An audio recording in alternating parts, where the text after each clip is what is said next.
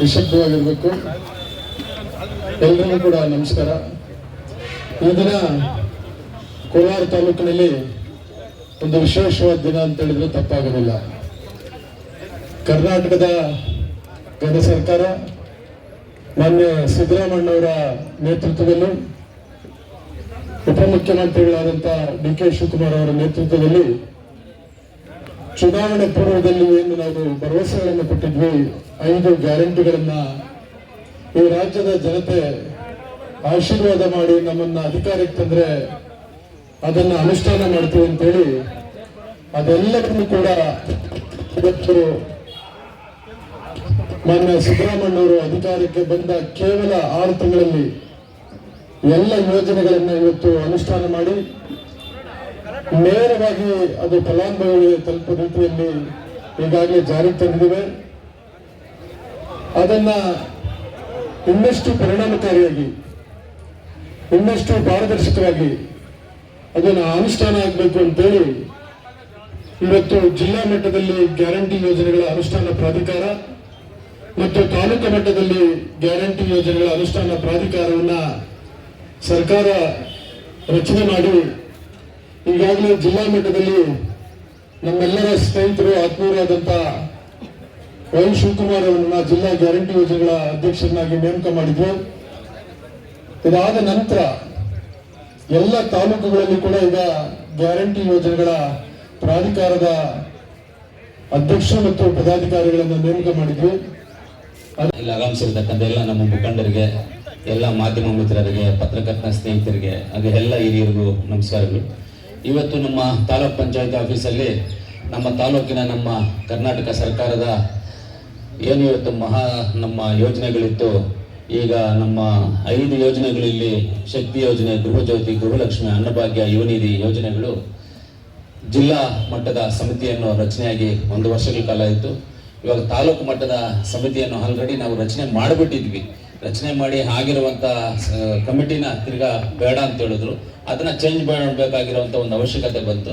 ಅದಕ್ಕೆ ತಿರ್ಗಾ ಚೇಂಜ್ ಮಾಡಿ ಇವಾಗ ನಮ್ಮ ಮುನಿಯಪ್ಪನವರು, ವೇಮಗಲ್ಲು ಮುನಿಯಪ್ಪನವರು, ಹಿರಿಯ ಮುಖಂಡರು, ಅವರಿಗೆ ನಾನು ಇವತ್ತು ನಿಮ್ಮೆಲ್ಲರ ಪರವಾಗಿ, ನಮ್ಮ ಸರ್ಕಾರದ ಪರವಾಗಿ, ನನ್ನ ಪರವಾಗಿ, ಎಲ್ಲ ವೈಯಕ್ತಿಕವಾಗಿ ಅವರಿಗೆ ನಾನು ಧನ್ಯವಾದಗಳನ್ನ ತಿಳಿಸೋದಕ್ಕೆ ಇಷ್ಟಪಡ್ತೀನಿ. ಅದೇ ರೀತಿ ಇವತ್ತು ಅವ್ರಿಗೆ ಅಧಿಕಾರ ಕೊಡುವಂತ ಒಂದು ಸಂದರ್ಭದಲ್ಲಿ ಆಗಮಿಸಿರ್ತಕ್ಕಂಥ ನಮ್ಮೆಲ್ಲರಿಗ ಮಾರ್ಗದರ್ಶನ ಅಂತ ಹಿರಿಯರಾದಂಥ ನಮ್ಮ CM ಮುನಿಯಪ್ಪನವರು ಬಂದಿದ್ದಾರೆ. ಇವತ್ತು ಖುಷಿಯಾದಂಥ ಒಂದು ದಿವಸ. CM ಮುನಿಯಪ್ಪನವರು ಎಲ್ಲೂ ಬರೋದಿಲ್ಲ, ಅವರು ತುಂಬಾ ಸೈಲೆಂಟ್ ಆಗಿರ್ತಾರೆ. ಅವ್ರಿಗೆ ನಾನು ಧನ್ಯವಾದಗಳನ್ನು ತಿಳಿಸ್ತೀನಿ. ಅದೇ ರೀತಿ ನಮ್ಮ MLC ಅನಿಲಣ್ಣವರು, ನಮ್ಮ ಜಿಲ್ಲಾ ಪಂಚಾಯಿತಿ ಶಿವಕುಮಾರ್ ಅವ್ರಿಗೂ ನಾನು ಧನ್ಯವಾದಗಳನ್ನು ತಿಳಿಸ್ತೀನಿ. ಹಾಗೆ ನಮ್ಮ ಗೋಪಾಲ್ ಗೌಡರು, ನಮ್ಮ ನನಗೆ ಆತ್ಮೀಯರು ಕೋಲಾರಲ್ಲಿ ಅಂದ್ರೆ ಇಬ್ರು ಇದ್ದಾರೆ. ನಮ್ಮ ಗಂಗಣ್ಣ ಅವರು, ನಮ್ಮ ಚಿಟ್ಟಿ ಇಬ್ರು. ನಮ್ಮ ಗಂಗಣ್ಣ ಅವ್ರು ಬಂದಿದ್ದಾರೆ, ಅದನ್ನು ಖುಷಿನೇ ನನಗೆ ಇವತ್ತು. ಮುಖ್ಯವಾಗಿ ಈ ಯೋಜನೆಗಳು 5 ಯೋಜನೆಗಳೇನಿದೆ, ಇದು 5 ಯೋಜನೆಗಳು ನಮಗೆ ಹೆಣ್ಣು ಮಕ್ಕಳಿಗೆ ಸಂಬಂಧಪಟ್ಟಿದ್ದಂಥ ಯೋಜನೆಗಳಿದೆಲ್ಲ. ಯಾಕಂದ್ರೆ ಅವರೇ ತಾನೇ ಮನೆಗಳು ನೋಡ್ಕೊಳ್ಳೋದು.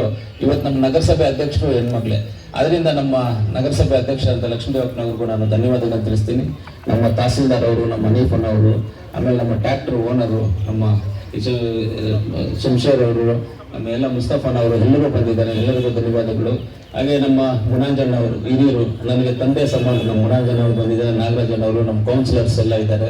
ನಮ್ಮ ಎಲ್ರಿಗೂ ನಾನು ಧನ್ಯವಾದಗಳು ತಿಳಿಸ್ತೀನಿ.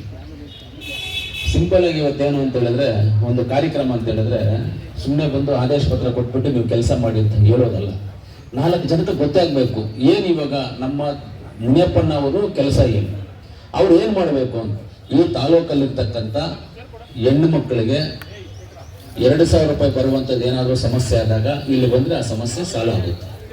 ಈ ತಾಲೂಕಲ್ಲಿ ಬಸ್ಸಲ್ಲಿ ಓಡಾಡುವಂಥ ಮಹಿಳೆಯರಿಗೆ ಏನಾದರೂ ಸಮಸ್ಯೆ ಇದ್ದಾಗ ಅವ್ರ ಹತ್ರ ಬಂದರೆ ಆ ಸಮಸ್ಯೆಯನ್ನು ಬಗೆಹರಿಸ್ಬೋದು. ಆಮೇಲೆ ನಮ್ಮ ಅನ್ನಭಾಗ್ಯ 10 kg ಅಕ್ಕಿ ಕುಡಿಯುವಂಥದ್ದು, ಆ ಅಕ್ಕಿದ್ರಲ್ಲಿ ಏನಾದರೂ ವ್ಯತ್ಯಾಸಗಳಿದ್ದಾಗ ಇಲ್ಲಿ ಬಂದಾಗ ಆ ವ್ಯತ್ಯಾಸಗಳು ಪರಿಹಾರ ಆಗ್ತವೆ. ಯುವನಿಧಿಗೂ ಅಷ್ಟೇ, ಏನಾದರೂ ವ್ಯತ್ಯಾಸ ಇದ್ದಾಗ ಇಲ್ಲಿ ಬಂದರೆ ಪರಿಹಾರ ಆಗುತ್ತೆ. ಆಮೇಲೆ ಗೃಹಜ್ಯೋತಿಗೂ ಅಷ್ಟೇ, ವ್ಯತ್ಯಾಸ ಇದ್ದಾಗ ಈ ಕಚೇರಿಗೆ ಬಂದರೆ ಇಲ್ಲಿ ಇವರು ಅದನ್ನ ಸಾಲ್ವ್ ಮಾಡ್ತಾರೆ. ಅಧಿಕಾರಿಗಳು ಕರೆಸಿ ಮಾತಾಡಿ ಸಾಲ್ವ್ ಮಾಡ್ತಾರೆ. ಯಾಕೆ ಅಂತ ಹೇಳಿದ್ರೆ ಜನಗಳಿಗೆ ಗೊತ್ತಾಗಬೇಕಂದ್ರೆ ಎಲ್ಲಿ ಹೋಗ್ಬೇಕು, ಯಾರು ನೋಡಬೇಕು, ಯಾರು ಮಾತಾಡಬೇಕು ಅನ್ನೋದು ಒಂದು ಬೇಕಾಗುತ್ತೆ. ಅದರಿಂದ ಇವತ್ತು ಇಲ್ಲಿ ಯಾಕಂದ್ರೆ ಎಲ್ಲ ತಾಲೂಕಲ್ಲಿ ಗ್ಯಾರಂಟಿ ಅಧ್ಯಕ್ಷರಿಗೆ ಎಲ್ಲೆಲ್ಲಿ ಆಫೀಸ್ಗಳು ಕೊಟ್ಟಿದ್ದಾರೆ ಗೊತ್ತಿಲ್ಲ. ನಮ್ಮ ಜಿಲ್ಲಾ ಗ್ಯಾರಂಟಿ ಅಧ್ಯಕ್ಷ ಶಿವಕುಮಾರ್ ಅವರಿಗೆ ನಾವು ಜಿಲ್ಲಾ ಪಂಚಾಯತ್ ಆಫೀಸಲ್ಲಿ ಆಫೀಸನ್ನು ಕೊಡಿಸಿದ್ವಿ. ಇಲ್ಲಿ ಅವರು ಅಲ್ಲೂ ಆಫೀಸ್ ಮಾಡ್ತಾ ಇದ್ದಾರೆ. ಇವಾಗ ತಾಲೂಕು ಅಧ್ಯಕ್ಷರಿಗೆ ನಮ್ಮ ಮುನಿಯಪ್ಪನವ್ರಿಗೆ ಆಫೀಸ್ ಕೊಡಬೇಕು ಅಂದ್ರೆ ಒರಿಜಿನಲ್ ಆಗಿ ಆಫೀಸ್ ಬಂದ್ಬಿಟ್ಟು ಶಾಸಕರ ಕಚೇರಿ, ತಾಲೂಕು ಪಂಚಾಯತಿನಲ್ಲಿ ಇದು ಶಾಸಕರ ಕಚೇರಿ.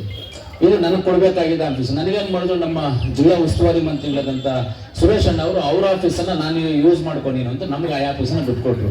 ಅದಕ್ಕೆ ನಮ್ಮ ಆಫೀಸನ್ನು ನಮ್ಮ ಮುನಿಯಪ್ಪನವ್ರಿಗೆ ಬಿಟ್ಕೊಟ್ಟಿದ್ದು. ಆ ಆಫೀಸನ್ನು ನಾನು ಯೂಸ್ ಮಾಡ್ಕೊಳ್ಳಿನ ಎಲ್ಲ ಅಂದರೆ ಮುನಿಯಪ್ಪನವ್ರಿಗೋಸ್ಕರಕ್ಕಿಂತ ಈ ತಾಲೂಕಿನ ಜನಕ್ಕೋಸ್ಕರ ಒಂದು ಜಾಗದಲ್ಲಿ, ಸೆಂಟ್ರಲ್ ಜಾಗದಲ್ಲಿ ಇರಲಿ ಅಂತ ನಾವು ಕೊಟ್ಟಿದ್ದೀವಿ ಅವ್ರಿಗೆ ಆಫೀಸು. ಅಂದರೆ ಮುನಿಯಪ್ಪನವ್ರ ಹಿರಿಯರು, ಎಲ್ಲ ಗೊತ್ತಿರುವಂಥವ್ರು, ಎಲ್ಲ ರೀತಿಯಾದಂಥ ತಿಳ್ಕೊಂಡಿರೋರು, ಜನಕ್ಕೆ ಒಳ್ಳೇದು ಮಾಡ್ತಾರೆ ಅಂತ ಒಂದು ನಂಬಿಕೆ ಮೇರೆಗೆ ಅವ್ರು ಒಳ್ಳೇದು ಮಾಡಿದರೆ ಇನ್ನು ಒಳ್ಳೇದು ಮಾಡ್ತಾರೆ ಅಂತ ಒಂದು ನಂಬಿಕೆ ಮೇಲೆ ಅವ್ರನ್ನ ಆ ಸ್ಥಾನದಲ್ಲಿ ನಾವು ಕೊಂಡಿಸಿದ್ದೀವಿ. ಅದೇ ಇವತ್ತು ನಮ್ಮ ಅನಿಲನ್ನು ಇಷ್ಟೊತ್ತು ಹೇಳ್ಕೊಂಡು ಬಂದರು ಯಾರ್ಯಾರು ಏನೇನು ಅವಕಾಶಗಳನ್ನ ಕೊಟ್ಟಿದ್ದೀವಿ ಅಂತ. ಈ ಅವಕಾಶಗಳು ಯಾವುದೇ ಕೊಡಬೇಕಂದ್ರೂ ಸ್ಟಾರ್ಟಿಂಗಲ್ಲಿ ನಾನು ಶಾಸಕನಾದ್ಮೇಲೆ 3 ತಿಂಗಳಲ್ಲಿ CM ಅವ್ರ ನೇತೃತ್ವದಲ್ಲಿ ಒಂದು ಸಭೆ ಸೇರಿ ನಾವು LHL ಸೇರಿ ಅಲ್ಲಿ ಲಿಸ್ಟ್ ಮಾಡಿದ್ವಿ. ಎಲ್ಲೆಲ್ಲಿ ಯಾರ್ಯಾರನ್ನ ಏನೇನು ಮಾಡಬೇಕು ಅನ್ನೋದನ್ನ ಲಿಸ್ಟ್ ಮಾಡಿದ್ವಿ. ಆ ಲಿಸ್ಟಿನ ಪ್ರಕಾರವಾಗಿ ನಜೀರ್ ಅಣ್ಣ ಅವರು, ನಾನು, ಅನಿಲ್ ಅಣ್ಣವರು ನಾವೆಲ್ಲರೂ ಸೇರಿ ಅದರ ಪ್ರಕಾರವಾಗಿ ನಮ್ಗೆ ನಾಮಿನಿಗೆ ಏನೇನು ಮಾಡಬೇಕು ಮಾಡ್ಕೊಂಡು ಬರ್ತಾ ಇದ್ದೀವಿ. ಮುಂದಿನ ದಿನಗಳಲ್ಲಿ ಇನ್ನೂ ಒಳ್ಳೆ ಕೆಲಸವನ್ನು ಮಾಡ್ತೀವಿ, ಒಳ್ಳೆ ಅಭಿವೃದ್ಧಿಯನ್ನು ಮಾಡ್ತೀವಿ, ಒಳ್ಳೆ ರೀತಿಯಾದಂಥ ನಡ್ಕೊಂಡು ಹೋಗ್ಬೇಕು ಅನ್ನೋ ಒಂದು ಉದ್ದೇಶ ಇದೆ ನಮಗೆ. ಖಂಡಿತವಾಗ್ಲೂ ನಾವು ಅದನ್ನು ಮಾಡ್ತೀವಿ ಅಂತ ಹೇಳ್ತಾ ಇವತ್ತೊಂದು ಒಳ್ಳೆ ಕಾರ್ಯಕ್ರಮ ಎಲ್ಲರಿಗೂ ಪದಗ್ರಹಣ ಕಾರ್ಯಕ್ರಮದಲ್ಲಿ ಭಾಗವಹಿಸಿರ್ತಕ್ಕಂಥ ತಾಲೂಕು ಗ್ಯಾರಂಟಿ ಯೋಜನೆಗಳ ಸಮಿತಿಯ ಪ್ರಾಧಿಕಾರದ ಅಧ್ಯಕ್ಷರಾದಂಥ UM ಮುನಿಯಪ್ಪನವರಿಗೆ ಈ ಒಂದು ಕಾರ್ಯಕ್ರಮದ ಪರವಾಗಿ ಅತ್ಯಂತ ಸ್ವಾಗತವಾದಂಥ